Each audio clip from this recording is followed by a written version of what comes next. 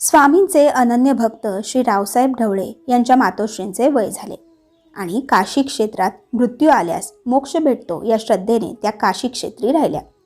एकदा काशीहून मातोश्रींची तब्येत खराब आहे, भेटण्यास यावे अशी तार आली आणि स्वामींकडे आज्ञा घेण्यासाठी आले. तेव्हा स्वामी बोलले, बैठ, किधर जाता है. हा स्वामी हुकूम येताच त्यांनी काशीमध्ये जाण्याचा बेत रद्द केला. पुढे पुन्हा तार आली. मातोश्रींची तब्येत सुधारली आहे. तब्येतीची तार पुन्हा 1 वर्षाने आली आणि पुन्हा स्वामींनी न जाण्यास सांगितले. रावसाहेबांना स्वामींच्या सर्व साक्षीत्वाची प्रचिती येत होती. आता 3ऱ्या वेळेस मात्र स्वामींनी त्यांना जाण्याची आज्ञा दिली. रावसाहेबांना स्वामींच्या आज्ञेचा संकेत लक्षात आला आणि त्याचप्रमाणे घडले. मातोश्रीस काशी क्षेत्री देवाज्ञा झाली.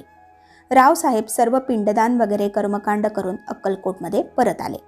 स्वामींचे दर्शन घेत असताना स्वामी बोलले, अरे तुला यापूर्वी जाण्याची आज्ञा दिली असती ना तर गाय चिखलात रुतली असती. रावसाहेबांची आध्यात्मिक साधना उच्च अवस्थेवर गेली होती. त्यांना स्वामी वचनाचा अर्थ समजला. पुढे स्वामींच्या अंतिम सत्याचे ज्ञान झाल्यानंतर रावसाहेबांनी संन्यास घेतला आणि त्यांनी संपूर्ण जीवन स्वामींच्या भक्तीच्या प्रचार आणि प्रसार करण्यासाठी अर्पित केले. तर मंडळी, या कथेचा बोध हाच की स्वामी त्रिकालज्ञ आहेत. त्यांच्या आदेशाचे पालन करण्यातच आपले भले आहे, हे कायम लक्षात ठेवा. धन्यवाद. श्री स्वामी समर्थ.